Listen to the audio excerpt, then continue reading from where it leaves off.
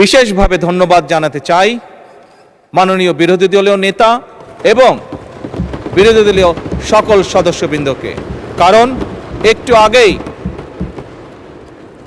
আগেই আমি বলেছি, আমরা ছাড়া আপনারা পরিপূর্ণ নন, আপনারা ছাড়া আমরা পরিপূর্ণ নই। সেই কারণেই আমি মাননীয় বিরোধী দলীয় নেতা এবং বিরোধী দলের সকল সদস্যদেরকে বিশেষভাবে শুভেচ্ছা জানাতে চাই।